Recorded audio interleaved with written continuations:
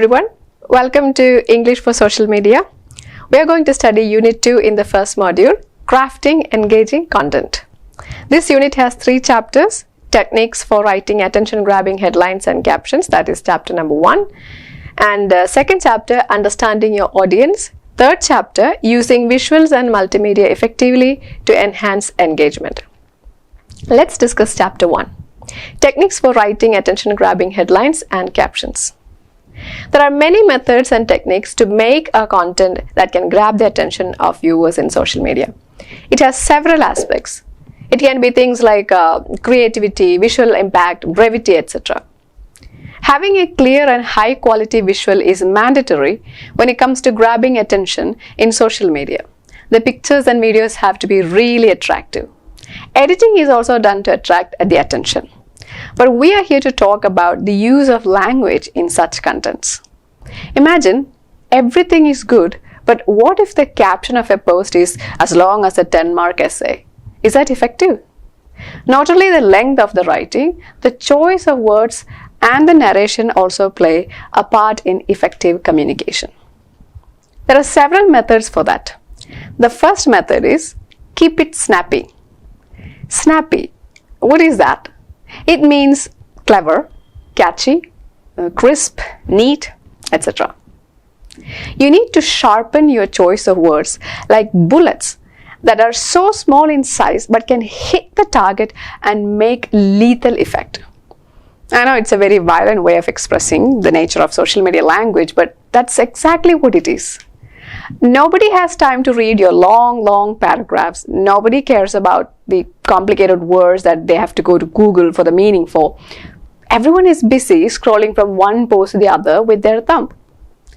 The average time for a post to stay in the attention span of a social media user is 2 seconds. That means you have 2 seconds of all the time in the world to make a user stop scrolling and take a second look at your post. If you don't get them there in a fraction of a second, they move on to the next. And what is the lifespan of a social media post? 48 hours. After that, the reach it is going to get is very less compared to the attention that it gets in the first 48 hours. That means this video lecture will be getting most of your attention in 2 days after it is posted. After that, it is up to your interest in the topic since it is a certificate course. Can we see an example of how we transform a boring paragraph into a snappy caption? Look at this. Imagine I want to sell a probiotic product. I already have a video where a famous influencer is endorsing my product in a reel. And this is what I want to say pretty much in the caption. So this is the information I want to say. Look at my video and understand the relevance of gut health in your daily life. My product will save you from all the gut troubles and improve your overall health. Gut bacteria decide your overall health, and even your hereditary diseases can be eradicated if one changes their gut bacteria. This is a long paragraph. Now look at the caption that I am going to use if I am going to post this as an advertisement in Instagram. You see that? You see the difference? The emojis, the hashtags. And if I want a catchy hashtag that is exclusively for my product, these are my options. Let's see which one is snappy and cute. I like the hashtag healthy gut happy you. I might as well use it as a slogan for my product. See, this is how you make it snappy. Let's look at another example. Say, I'm selling a skincare cream, a night cream. It's a product that already has a brand value and loyal customers. However, I come up with a new range of product under the same brand and I want to introduce this to my customers. These are the features I want to tell them about my new product. So I'm showing you an old style advertisement where I'm giving the details of my new product. It's a famous skin cream, Laneige.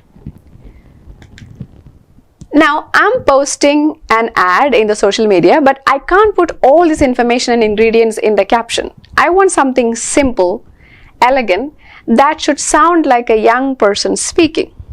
This is a sleeping mask you apply before going to bed, and the next day you can wash it off and you can forget about it. So here is my caption. Pick a sleeping mask, apply and snooze. Wake up glowing and ready to take on a new day. This caption has everything. It has the word pick instead of the word choose. That is more catchy and a newer way of saying choose. It has the word snooze instead of sleeping. If you are a person using mobile phone alarm, you know what is snoozing. It's a trendy word and a fun substitute for sleeping. Wake up glowing. That's the heart of the caption where you're talking about the desired result. It doesn't say wake up with beautiful skin or wake up with moisturized skin or wake up looking pretty. It says glowing skin. Because glow is the word these days we use instead of saying looking cute or beautiful.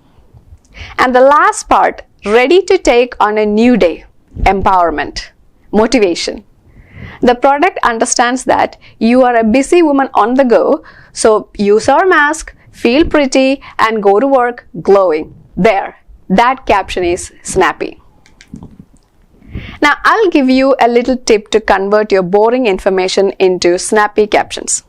ChatGPT. Go to ChatGPT and feed in the paragraph that you want to convert into a caption.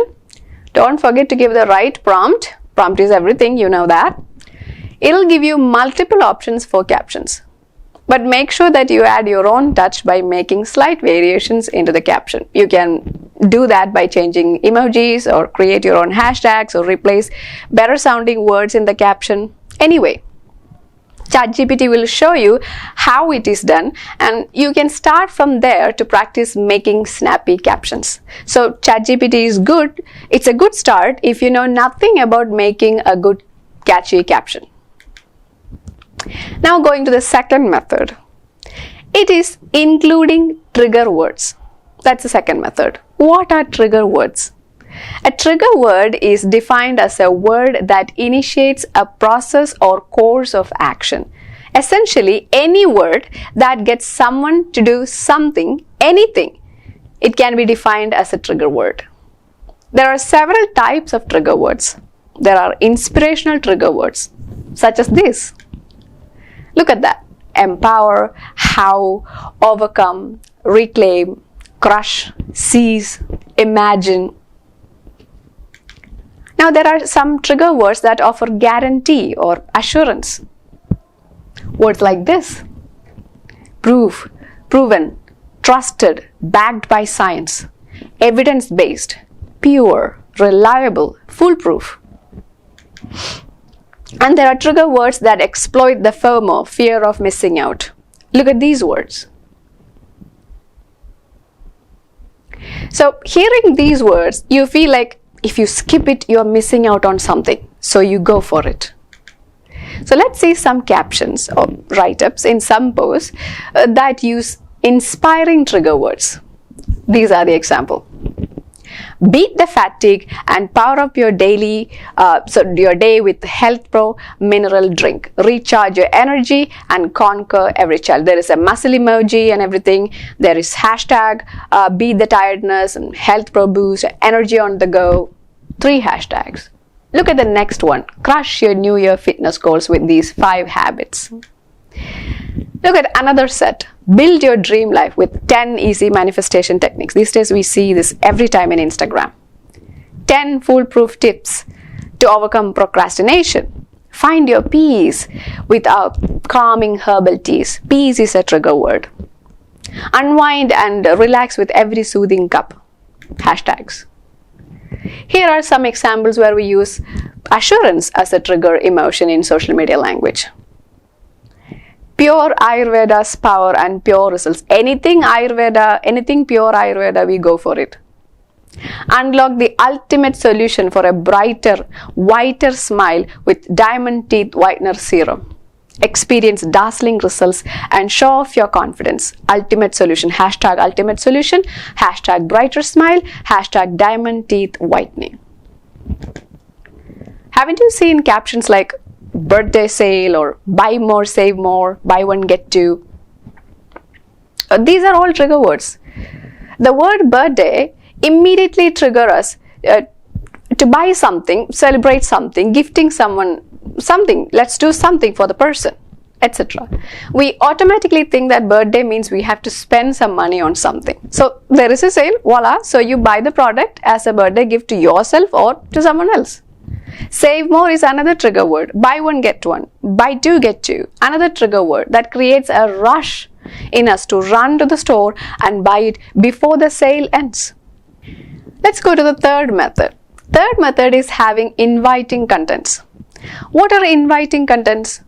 Haven't you seen some posts where some quotes of some famous person taken out of context and they have given it in large fonts to clickbait you? It is a perfect example for having inviting contents. Even if we know that it's a clickbait, we tend to look at the post. And these posts often give a controversial dialogue spoken out of context by a celebrity where the viewers feel pressure to respond. This is why some people immediately go to the comment section before even reading the full story, but there are many other ways to have inviting contents. For example, you can start with an experience you had and ask the viewers to speak about their similar experiences in the comment box. You can do a giveaway to increase engagement in your social media post. You can ask people to tag their friends or relatives who will benefit from that information, and this is a real good way to increase engagement. And a general method is always start your conversation with personal level. Remember, it is not a mass audience that you're looking to convince. It is an individual with a tiny phone scrolling quietly in a corner. So, a personal approach is the only way to create an impact in social media language. Chapter 2. Understanding your audience. Analyzing the audience is key to have a successful social media platform. Audience analysis can help your business or brand understand more about your target audience, which can be baked right into your strategy and campaigns. The analysis also enables your brand to make sure your marketing efforts and resources are aligned with your audience's needs and your brand objectives. There are 8 key components they must be considered to conduct an effective social media audience analysis. First one, demographic information. This is about the age, gender, location, education, and income of your audience. Psychographic information is the second one, where you analyze the personality traits, values, interests, and lifestyles of people. Third factor is social media behavior, platform usage, posting habits, and engagement patterns of your audience. The fourth one is content preferences. What kind of topics, formats, tone, and style does your audience prefer? Fifth one, pain point and challenges. What problems your audience is facing? Their trigger points, pain points. Sixth one, buying habits and decision-making factors of the audience. Seventh one, feedback and reviews. What your audience is saying about your brand and competitors. And the last one, influencers and brand advocates. Who your audience is following and engaging with, etc. Now let's discuss the demographic information of audience. Demographic information provides a foundational understanding of who your audience is. It includes specific quantifiable attributes that help you build a profile of your typical audience members. Each element is crucial, and I'm going to tell you why. Take the age of an individual. Age influences preferences, behaviors, and purchasing decisions. Different age groups may have distinct tastes in content, platforms, and interaction styles. For instance, younger audience may prefer more visual and interactive content, while older demographics might appreciate more detailed and informative posts. Most marketers are aware that the generations have different habits when it comes to social media. It is important to have in mind that every generation grows and changes their interests over time and can transfer from one platform to the other. So at the moment, this is how we understand each generation that is alive with regard to their buying nature. Gen Z, who are aged between 14 and 18, wants brands to be transparent and demand responsive customer service. And then we have millennials who are aged between 19 and 35. They value authenticity. They use mobile devices for social media. And you have Generation X who are aged between 36 and 55. They're tech savvy, thoroughly researched products they want, and the products must be visible online. Baby boomers who are aged between 56 and 74, they are ready to spend money online. Mostly they spend around 11-12 hours researching online before making a purchase. They expect top-notch customer service. More than 80% of every generation uses social media at least once per day, making social media part of their daily routine. Reasons for using social media and time spent on different platforms varies from generation to generation. Most of the millennials and Gen Z use social media multiple times a day, but millennials use many different platforms and Gen Z have their favorites. Gen Z typically engages with the 2 or 3 social media platforms daily, such as say YouTube or Instagram, TikTok. We don't have TikTok in India, but still. In contrast, millennials and Gen X use 5 to 6 platforms weekly, including Facebook, YouTube, Instagram, Twitter, and Pinterest. Millennials have evolved alongside a variety of social networks, leading them to maintain accounts across multiple platforms. We even had Orkut back then, remember? Meanwhile, Gen Z tends to be more selective, often choosing and sticking to a few platforms that best suit their preferences. Look at these makeup advertisements designed for different generations, and then you will understand what I'm talking about. Look at this ad. This ad was posted in a magazine in the 1950s. This is an ad for the baby boomers, that generation. And look at this one. This is a Pinterest ad of Maybelline lipstick for Gen X. And look at this advertisement. This is a Facebook advertisement for mascara by Rimmel London. It's a brand. In 2018, and the target audience are younger Gen X and millennials. And look at this reel.